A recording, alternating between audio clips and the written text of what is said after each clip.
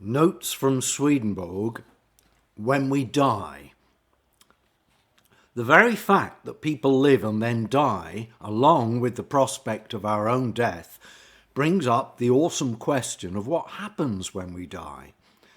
There's a whole range of beliefs, and many religions include immortality, living on, in their teachings.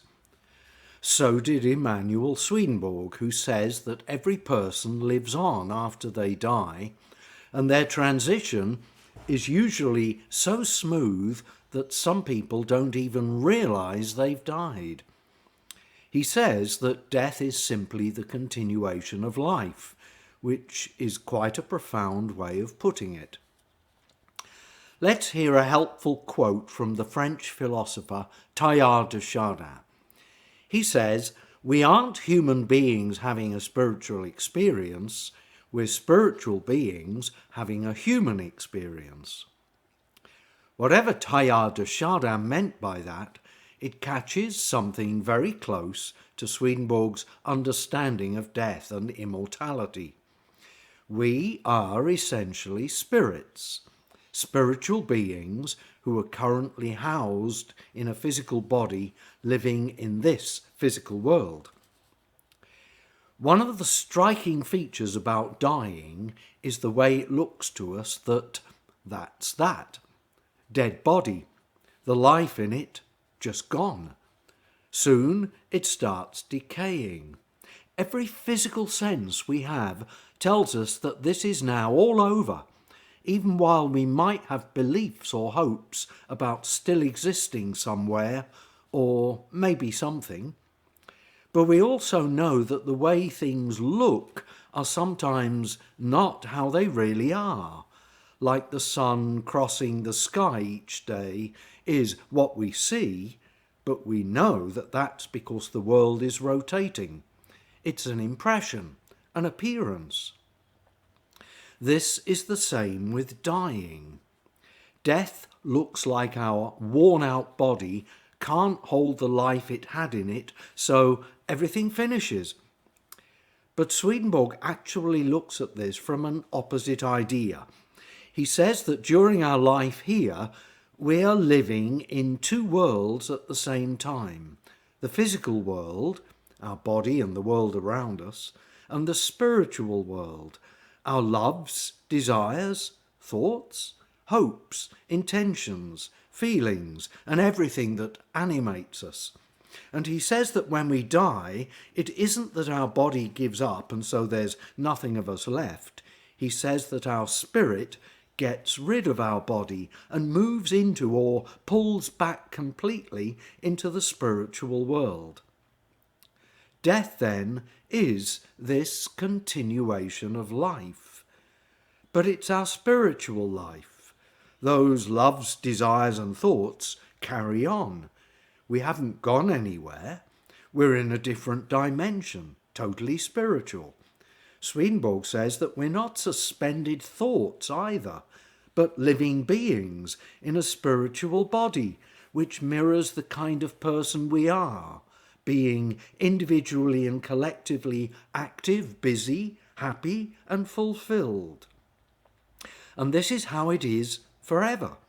We inevitably move towards what we dearly love, whether that's good or not.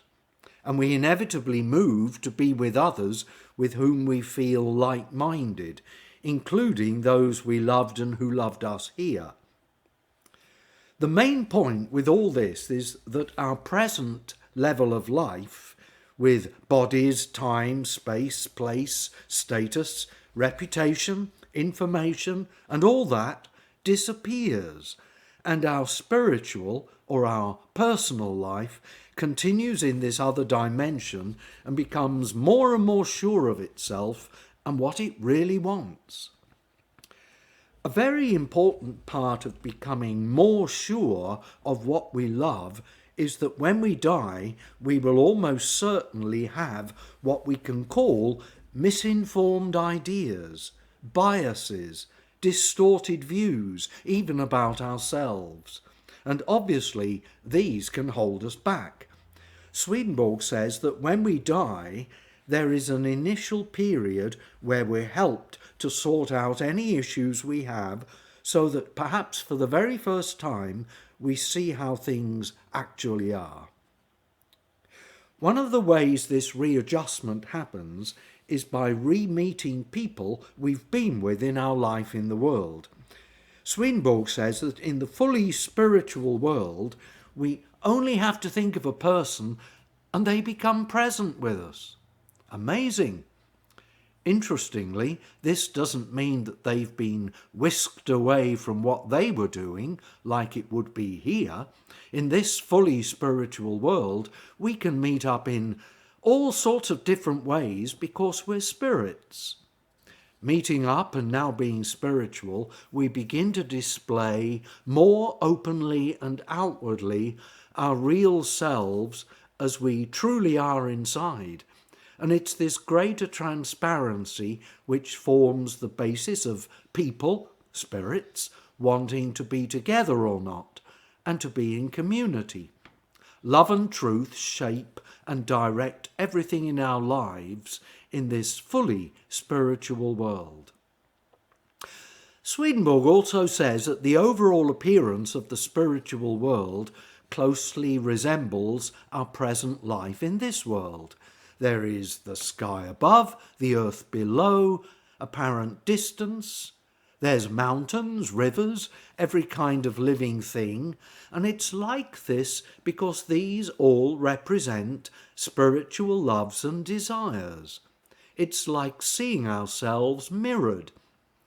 Think about thoughts being like birds flying overhead, doves, larks, vultures.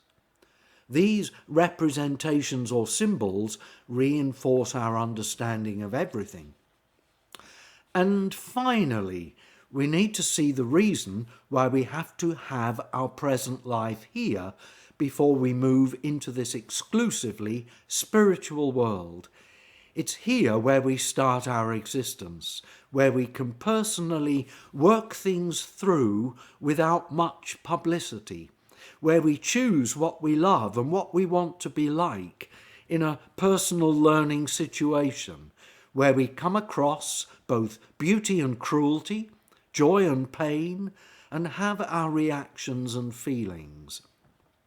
And we gradually firm up on what matters the most to us, so that when we die, we will follow our strongest desires and be deeply content.